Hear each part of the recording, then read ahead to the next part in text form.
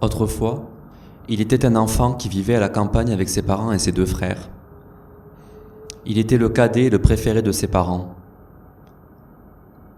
À l'âge de la petite enfance, c'était une vraie tornade. Il était bourré d'énergie. Il courait, il hurlait, il riait et gesticulait constamment. Il n'était jamais fatigué. C'était un vrai pitre et il vivait une enfance heureuse et insouciante.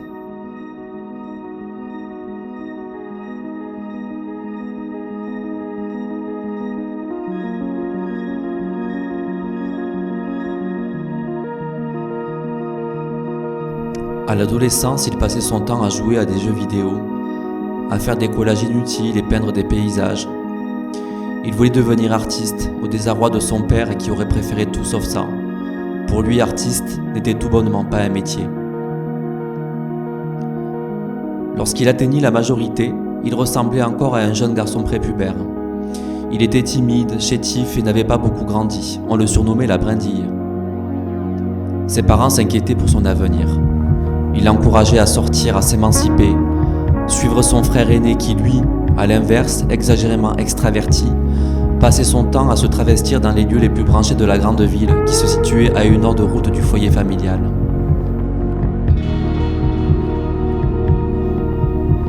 Son frère l'amusait beaucoup et la ville l'attirait énormément. C'était à ses yeux un monde nouveau exploré. La foule affolée, consumériste qui nuit et jour piétinait les pavés polis par leurs innombrables pas. Les vitrines des magasins parfaitement nettoyés où l'on pouvait découvrir des tas de nouveaux objets colorés et inutiles. Les milliers de lumières qui scintillaient et qui empêchaient la nuit de tomber. D'ailleurs, lorsqu'il prenait l'autoroute le samedi soir en direction de la grande ville avec son frère, pour soi-disant apprendre la vie, quand ils étaient suffisamment avancés sur l'autoroute pour apercevoir ces flambeaux de lumière, le jeune homme avait toujours la fâcheuse impression de voir un immonde brasier endiablé consumer une vaste forêt vulnérable.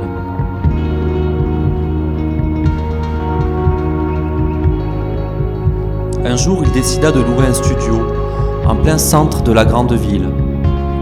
Il était au dernier étage d'un immeuble ancien. De la moquette noire tapissait le sol et un Velux s'était installé juste au-dessus de son lit. Il avait trouvé un job bien payé dans une librairie. Il découvrait la ville et ses secrets mais ne sortait plus beaucoup le soir. Il avait du mal à dormir. Il avait l'impression d'étouffer dans ce minuscule logis et d'entendre des voix, et plus exactement des cris et des pleurs. Il se réveillait plusieurs fois dans ses nuits. Plus le temps passait, plus la fatigue s'intensifiait, ce qui le rendait moins performant au travail. Son employeur devenait pressant.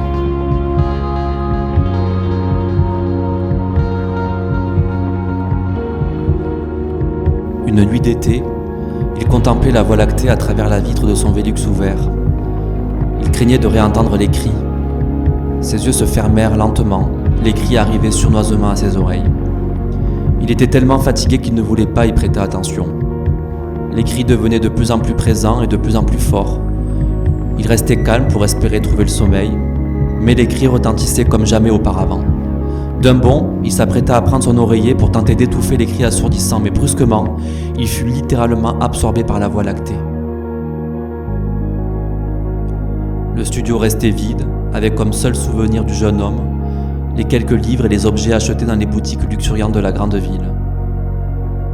À la place de son nom, il était écrit en minuscule sur sa boîte aux lettres : « J'étais le garçon cloîtré sous les toits ».